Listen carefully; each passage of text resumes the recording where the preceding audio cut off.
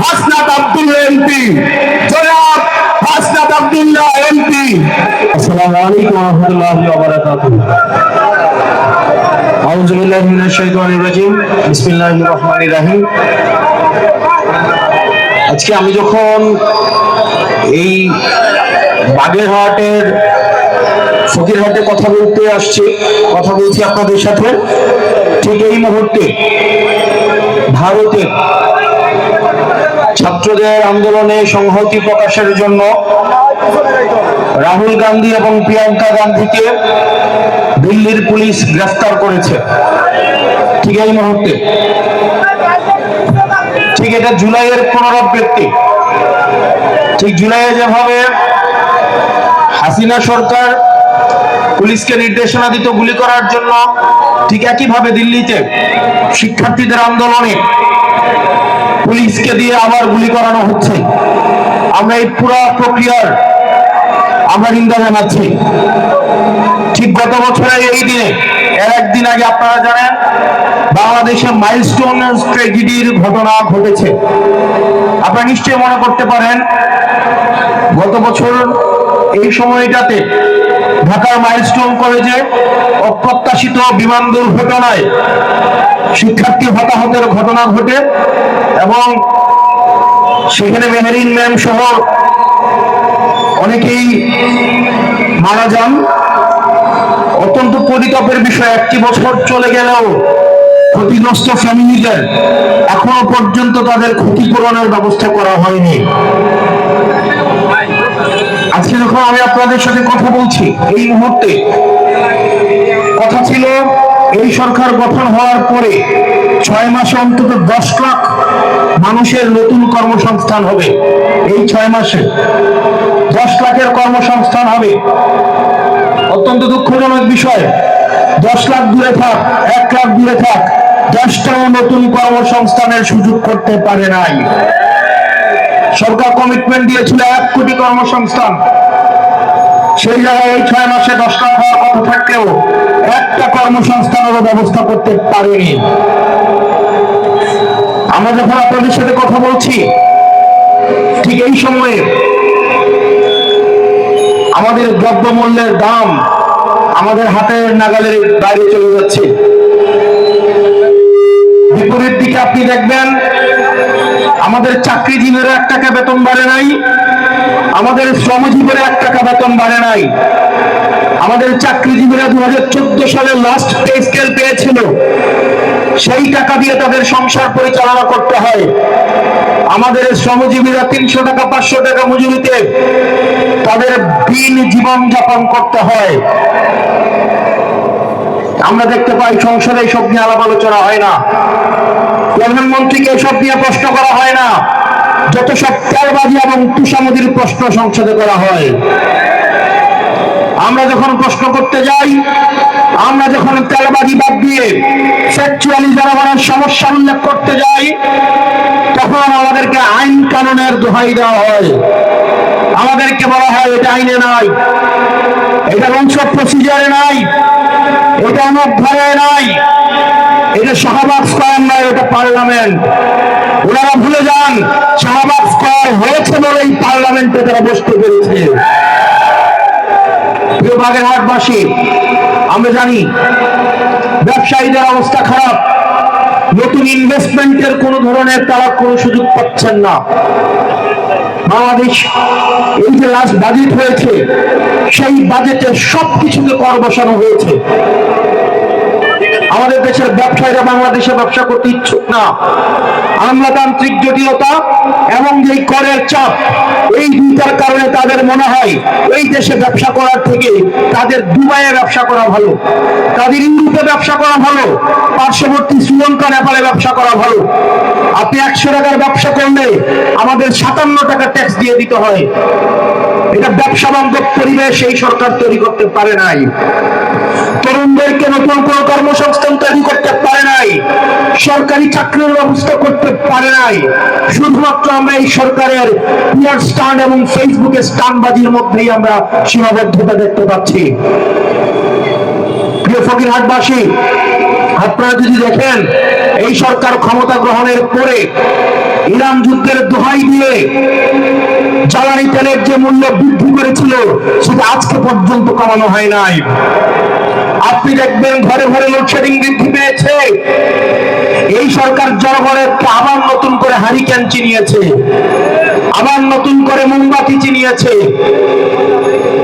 আপনারা যদি দেখেন পাড়ায় পাড়ায় মহল্লায় মহল্লায় চাঁদাবাজি বেড়ে গিয়েছে। দোকানদাররা চুপ করে থাকেন, কথা বলতে চান না। প্রত্যেক দিন তাদেরকে দলীয় বিএনপির নেতাদেরকে চাঁদা দিতে হয়। শিক্ষা প্রতিষ্ঠানগুলিকে দলীয়করণ করা হচ্ছে, মসজিদগুলিকে দলীয়করণ করা হচ্ছে, প্রতিষ্ঠানগুলোকে দলীয়করণ করা হচ্ছে। বাংলাদেশ ব্যাংক থেকে শুরু করে আমাদের ইউনিয়ন পরিষদ পর্যন্ত প্রশাসক বসিয়ে বসিয়ে এক দলীয় করার নীল নকশা অঙ্কন করা হচ্ছে। আমরা দেখতে পেয়েছি যে সিদ্ধান্তের বিরোধিতা বিএনপি বিরোধী দলে থাকা অবস্থায় করত, আজকে সেই সিদ্ধান্তগুলোকে তারা গ্রহণ করছে। ফকিরহাটবাসী, সমস্যা বলতে থাকলে সকাল পর্যন্ত সমস্যাই বলা যাবে। আমাদের দিন শেষে আমরা হতাশ হয়েছি, আমরা প্রতারিত হয়েছি। তরুণ প্রজন্ম থেকে শুরু করে সকল শ্রেণী পেশার মানুষ প্রতারিত হয়েছে। চাকরিজীবীরা সংক্ষুব্ধ হচ্ছে, ব্যবসায়ীরা সংক্ষুব্ধ হচ্ছে, শিক্ষার্থীরা পড়াশোনার শেষে তাদের নিরাপদ ভবিষ্যতের কোনো নিশ্চয়তা নেই, শ্রমজীবীদের নিরাপত্তার কোনো নিশ্চয়তা নেই। সেই জায়গা থেকে দাঁড়িয়ে আজকে আমরা আপনাদের কাছে সহযোগিতার জন্য এসেছি, সাহায্যের জন্য এসেছি, আমরা আপনাদের সমর্থনের জন্য এসেছি। আমরা সমস্যার সমাধান করার ক্যাপাসিটি নিয়ে আজকে আমরা আপনাদের এখানে আসি নাই। প্রিয় ফকিরহাটবাসী, আপনারা দেখতে পেয়েছেন ত্রয়োদশ জাতীয় সংসদ নির্বাচনে এনসিপি থেকে নির্বাচিত হয়ে 6 জন সংসদ সদস্য আমাদের সংসদে গিয়েছে। আপনাদের কাছে কি মনে হয়েছে এই 6 জন সংসদ সদস্য জনগণের প্রতিনিধিত্ব সংসদে সফলভাবে কি করতে পারছে? ফকিরহাটবাসী, জনগণের ভোটে নির্বাচিত, জনগণের টাকায় নির্বাচিত, জনগণের দ্বারা নির্বাচিত হওয়ার কারণে সংসদে গিয়ে জনগণের হয়ে কথা বলতে পারে। প্রিয় ফকিরহাটবাসী, স্কুল কলেজে অনেক শিক্ষার্থীরা আজকে আপনারা এখানে এসছেন, আমার মায়েরা এসছেন, দাড়ি পাকাওয়ালা মুরব্বীরা এখানে বসে আছেন, অনেকক্ষণ ধরে আমাদের কথা শুনছেন। রিক্সাওয়ালা রিক্সা থামিয়ে রিক্সার উপরে উঠে দূর থেকে আমাদেরকে দেখছেন। হোটেল থেকে রুটি বানাতে বানাতে উকি দিয়ে হয়তো আমাদেরকে দেখছেন, কথা শোনার চেষ্টা করছেন। চাকরিজীবীরা আমাদেরকে দেখছেন, পুলিশ ভাইয়েরা দূরে দাঁড়িয়ে নিরাপত্তা নিশ্চিত করার সাথে সাথে আমাদেরকে শুনছেন। আমরা আপনাদের সবার সহযোগিতা চাই। গত বছর অনেক দল আসছে, অনেক দলকে আপনারা সমর্থন দিয়েছেন। আমরা একটা রাজনৈতিক দল গঠন করেছি এনসিপি। এই দলটা গঠিত হয়েছে 1.5 বছরও হয় নাই, মাত্র 1 বছর 4 মাস। এই 1 বছর 4 মাসের একটা রাজনৈতিক দল একটা পরিবর্তিত বাংলাদেশের জন্য মানুষের দুয়ারে দুয়ারে, ঘরে ঘরে, ওয়ার্ডে ওয়ার্ডে, ইউনিয়নে ইউনিয়নে আমরা যাচ্ছি। প্রিয় শিক্ষার্থীরা, আমরা আপনাদেরকে কথা দিচ্ছি, আমাদের দল, আমাদের এই গণমানুষের দল, অভ্যুত্থান থেকে যে দল উঠে এসছে সেই দল শিক্ষার্থীদের পক্ষে, শিক্ষার্থীদের হয়ে, শিক্ষার্থীদের ভবিষ্যৎ নিশ্চিত করার জন্য কাজ করবে। প্রিয় শ্রমজীবী মানুষ, আমরা আপনাদেরকে কথা দিয়ে যাচ্ছি, আপনারা জানেন একটা যদি চারা রোপণ করেন, চারাটা ফলদান করা পর্যন্ত এটার রক্ষণাবেক্ষণ কিন্তু আপনাদেরকেই করতে হয়। চারা আজকে রোপণ করলে কালকে বৃক্ষে পরিণত হয় না। চারা থেকে বৃক্ষ হতে সময় লাগে, বৃক্ষ থেকে ফল হতে সময় লাগে। এই সময়টায় কিন্তু সার দেওয়া, তাকে পরিচর্যা করা, তাকে রৌদ্র থেকে বাঁচানো, তাকে প্রয়োজনে খুঁটি দিয়ে তাকে সমর্থন দেওয়া, এই কাজটা কিন্তু করতে হয়। বক্তব্য সিম্পল, আপনাদের ভাষায়, আমরা চারা গাছ আছি, আমাদের আপনাদের সমর্থন প্রয়োজন, আমাদের আপনাদের সহায়তা প্রয়োজন। আপনাদের বয়সী কিছু ছেলে দেশের পরিবর্তনের জন্য টেকনাফ থেকে তেতুলিয়া, রূপসা থেকে পাথুরিয়া, বাগেরহাট থেকে পঞ্চগড়, পঞ্চগড় থেকে খাগড়াছড়ি, রাঙামাটি, রাঙামাটি থেকে কিশোরগঞ্জ ছুটে বেড়াচ্ছে। দুই চোখের স্বপ্ন, রিক্ত হাত, শূন্য পকেট, কিন্তু আমাদের দেশ পরিবর্তনের স্বপ্ন নিয়ে আমরা সব জায়গায় ছুটে যাচ্ছি। সেই জায়গায় আপনাদের আমার সমর্থন লাগবে। ফকিরহাটবাসী, হয়তো আপনাদেরকে অনেকেই বলবে এটা children party, half pant party. মনে রাখতে হয় প্রত্যেকটা 1 লক্ষ কিন্তু শুরু হয় 1 থেকেই, 1 কোটিও শুরু হয় 1 থেকেই। সুতরাং ফকিরহাটবাসী, সংসদে আসন মাত্র 300, এটা শুরু হয়েছে 6 দিয়ে, এটা ইনশাআল্লাহ 160-এ অতি শীঘ্রই গিয়ে থাকবে। তবে সেটার জন্য লাগবে আপনাদের সমর্থন। যদি ব্যবসায়ীর কাছে আমাদের সমর্থনের যেতে হয়, ব্যবসায়ীদের সমর্থন নিয়ে কোনো রাজনৈতিক দল জনতার হয়ে কথা বলতে পারে না। মাফিয়াদের সমর্থন নিয়ে গড়ে ওঠা কোন রাজনৈতিক দল জনতার পক্ষে কথা বলতে পারে না। সন্ত্রাসীদের সমর্থন নিয়ে গড়ে ওঠা রাজনৈতিক দল কখনো জনতার পক্ষে হয়ে কথা বলতে পারে না। আমরা চাই আমরা আপনাদের সমর্থন নিয়ে গড়ে উঠি, যেন আমরা আপনাদের হয়ে আপনাদের পক্ষেই কথা বলতে পারি, আপনাদের অধিকার লড়াইয়ের জন্য আমরা সংগ্রাম করে যেতে পারি। সেজন্য আমাদের আপনাদের সমর্থন প্রয়োজন। বারবার আমরা আপনাদের কাছেই ফিরে আসবো।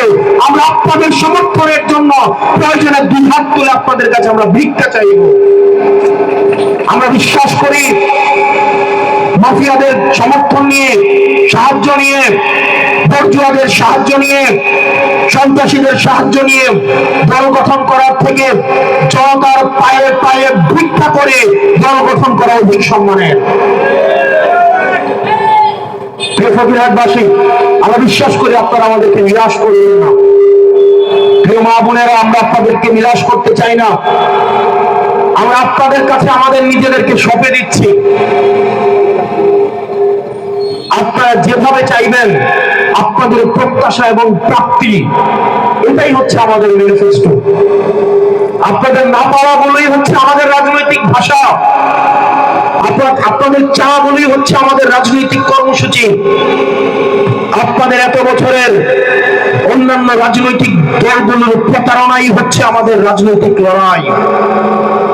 সেজন্য এখানে উপস্থিত সাংবাদিক ভাইয়েরা, পুলিশ ভাইয়েরা, এই যে ব্যবসায়ী ভাইয়েরা, ট্রাক চালক, রিক্সা চালক ভাইয়েরা, মা বোনেরা, আপনাদের সবার স্বপ্ন পূরণে আমরা কাজ করে যাব।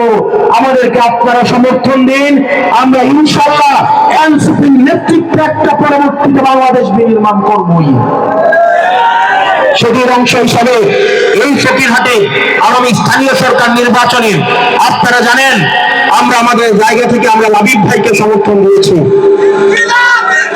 আপনারা জানেন আমরা প্রত্যাশা করি এবং বিশ্বাস করি এই লাবিব ভাই, ওনার নির্বাচন বলতে আমরা যেটা বুঝি, আপনারা বিগত সময়ের নির্বাচন আর এবারে আমাদের নির্বাচনে একটা পার্থক্য দেখছেন না? আমাদের নির্বাচন কে করে দিয়েছে? কে করে দিয়েছে? কারা এসে টাকা দিয়েছে? আমাদের নির্বাচন, আমরা বলেছিলাম আমরা পুরনো খেলায় অংশগ্রহণ করতে আসিনি, বরং খেলার নিয়ম পরিবর্তন করে খেলার পরিবর্তন করতে আমরা এসেছি। সেজন্য যেহেতু উনি 5 বছর আপনার সেবা করতে চায়, আপনার 5 বছর আপনি যাকে সেবক নিয়োগ দিবেন তার দায়িত্ব আপনাকে নিতে হবে। যে গাছ থেকে আপনি ফল পাবেন, ফল চাইবেন, সেই গাছের কিন্তু সেবা আপনাকে করতে হবে। এই বৃক্ষটা, এই চারাটা আজকে রোপণ করে দিয়ে গেলাম, তাকে নির্বাচন পর্যন্ত পরিচর্যা করার দায়িত্ব আপনার। তাহলে নির্বাচনের পর ফল আপনি তার প্রতি প্রত্যাশা করতে পারেন। আর যদি মনে করেন নির্বাচনের আগের দিন রাতে 500 টাকা, 1000 টাকা নির্বাচনের আগে খেয়ে দিয়ে আপনারা তার থেকে নির্বাচনের আগে নেবেন, তাহলে মনে রাখতে হবে নির্বাচনের পরে 5 বছর এই প্রত্যেকটা টাকার অন্তত 20 গুণ বেশি আপনাকে পরিশোধ করতে হবে। সিদ্ধান্ত আপনার। বিনা টাকায় ভোট দিয়ে 5 বছর বিনা পয়সায় সার্ভিস দিবেন, নাকি ভোটের আগের দিন বিক্রি হয়ে আগামী 5 বছর তার মূল্য পরিশোধ করবেন? এটা সিদ্ধান্ত আপনার। বিনা টাকায় ভোট দিয়ে বিনা পয়সায় 5 বছর সার্ভিস দিবেন। সেজন্য লাবিব ভাইয়ের পুরস্কার ব্যানার করার জন্য উনি একটা পয়সা খরচ করবে না।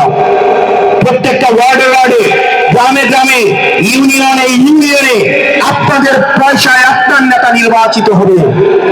সেজন্য নির্বাচনের আগে আপনি ওনার জন্য খরচ করবেন, আগামী 5 বছর উনি আপনার জন্য গোলাম হয়ে সেবা করে যাবে। নিয়ম চেঞ্জ। মনে রাখতে হবে, যেই নেতা নির্বাচনের আগে টাকা নিয়ে আপনার দরজায় আসে, 1000, 2000, 5000 টাকা করে দিলে এই টাকা কিন্তু সে আগামী 5 বছর ধরে এই টাকার পরিশোধ কিন্তু করবেন। রাস্তা খেয়ে ফেলবেন, কারবার খেয়ে ফেলবেন, সেতু খেয়ে ফেলবেন, নদীর বালু খেয়ে ফেলবেন, উনি শুধু খাই খাই করতেই থাকবেন। গাছের সুপারি খেয়ে ফেলবেন, ডাব খেয়ে ফেলবেন, রাস্তার পিচ তুলে খেয়ে ফেলবেন। কারণ ভোটের আগে উনি ইনভেস্ট করেছেন।